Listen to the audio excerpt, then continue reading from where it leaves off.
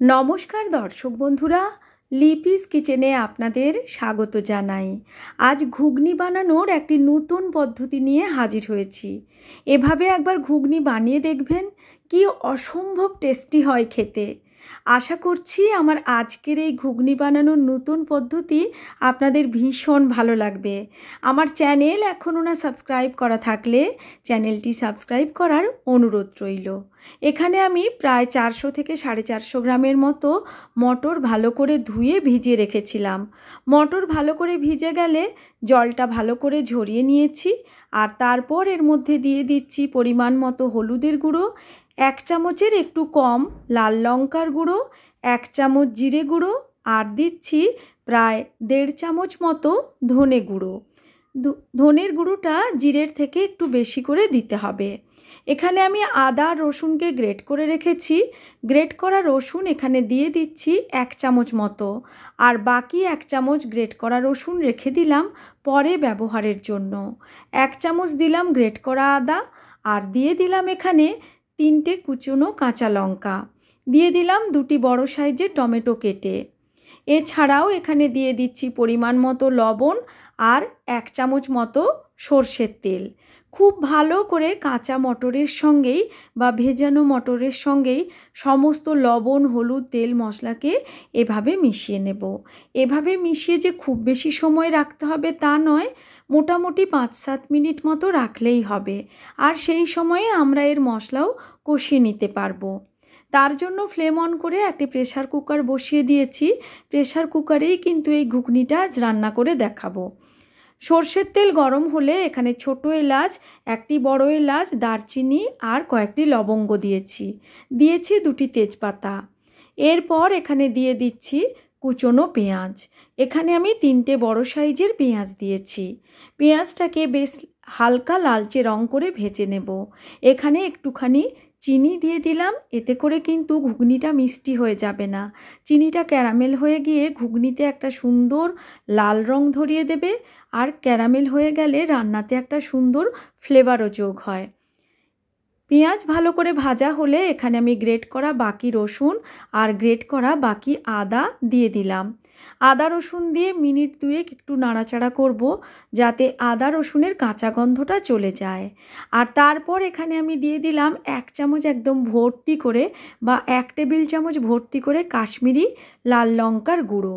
কাশ্মীরি লাল লঙ্কার গুঁড়ো দেওয়ার পর এখানে আমি 2-3 চামচ জল যোগ করলাম। এতে করে গুঁড়ো মশলাটা পুড়ে যাবে না। আর তেলের ওপর এভাবে লঙ্কা দিয়ে অল্প একটু জল দিয়ে নাড়াচাড়া করলে রান্নাতে সুন্দর রং ধরে যায়। এখানে একটুখানি কুচনো নারকেল দিয়েছি। এই নারকেল যদি হাতের কাছে থাকে আপনারা দিতে পারেন। ঘুগনি বানানোর পর খাওয়ার সময় এগুলো মুখে পড়লে বেশ ভালো লাগে। এই পর্যায়ে অল্প একটু হলুদের গুঁড়ো দিচ্ছি, জাস্ট রঙটা সুন্দর ধরে যাওয়ার জন্য। যদিও মটরে আমি পরিমাণ মতো আগে থেকে হলুদ মেখেই রেখেছি। এখানে 2টি মাঝারি সাইজের ডুমো করে কাটা আলু ধুয়ে যোগ করে দিলাম। আলু আর মশলাকে মোটামুটি 3-4 মিনিট খুব ভালো করে কষিয়ে নেব। আলুর পরিমাণ মতো লবণ যোগ করে দিয়েছি। 3-4 মিনিটে দেখুন আলু আর মশলা ভালো করে কষিয়ে নিয়েছি। দেখতেই পাচ্ছেন মশলা সুন্দরভাবে কষানো হয়ে তেল ছেড়ে গেছে। এখন মশলা মাখানো মটর দিয়ে দিলাম। এবার কিন্তু ফ্লেমটাকে বাড়িয়ে দিয়ে খুব ভালো করে আমাদের সময় নিয়ে কষাতে হবে। যেহেতু মটরটাও সেদ্ধ নয় আর মশলাগুলোও কাঁচা এর মধ্যে মাখানো আছে, তাই বেশ কিছুটা সময় নিয়ে আমরা কিন্তু ভালো করে কষিয়ে নেব। তাতে করে মশলা যেমন কষানো হবে ভালো করে, তেমনি মটরটাও আস্তে আস্তে সেদ্ধ হতে শুরু করবে। মোটামুটি 5 থেকে 6 মিনিট এভাবে আমি কিন্তু মিডিয়াম টু হাই ফ্লেমে রেখে মটর, আলু, মশলাকে একসঙ্গে কষিয়ে নিচ্ছি। দেখতেই পাচ্ছেন টমেটোগুলো কিন্তু সুন্দর গলে গেছে আর মশলা ভালো করে কষানো হয়ে গেছে। এখন কিন্তু আমরা এখানে জল যোগ করে দেব। যেই ডেকচিতে আমরা ঘুগনিটা বা কাঁচা মটরটা মশলা দিয়ে মেখে রেখেছিলাম, সেই ডেকচিতে পাশের বার্নারে গরম জল করে রেখেছিলাম। সেই ফুটন্ত গরম জল এখানে ঢেলে দিয়েছি। জলের পরিমাণটা বুঝে দিতে হবে, যাতে করে আলু মটর সেদ্ধ হয়ে গিয়েও বেশ কিছুটা ঝোল থেকে যায়। কারণ এটা ঠান্ডা হতে হতে অনেকটা ঘন হয়ে যায়। এবার প্রেসার কুকারের ঢাকা দিয়ে আমরা মোটামুটি মিডিয়াম ফ্লেমে রেখে 3টে সিটি দিয়ে নিচ্ছি।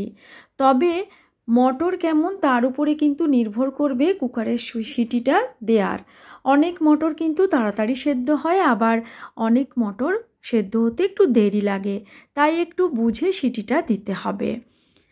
3টে সিটি দেওয়ার পর কিন্তু একদম রেখে দিয়েছিলাম ফ্লেম অফ করে। যখন নিজের থেকেই ভেপারটা একদম বেরিয়ে গেছে তখন আমি খুলে দিয়েছি।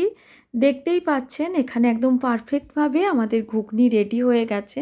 আর দেখতে দেখুন কতটা লোভনীয় হয়েছে, স্বাদেও একদম দুর্দান্ত হয়। সব শেষে মিশিয়ে দিচ্ছি গরম মশলা আর চেরা কাঁচা লঙ্কা, এতে করে ফ্লেভারটা আরও সুন্দর হবে।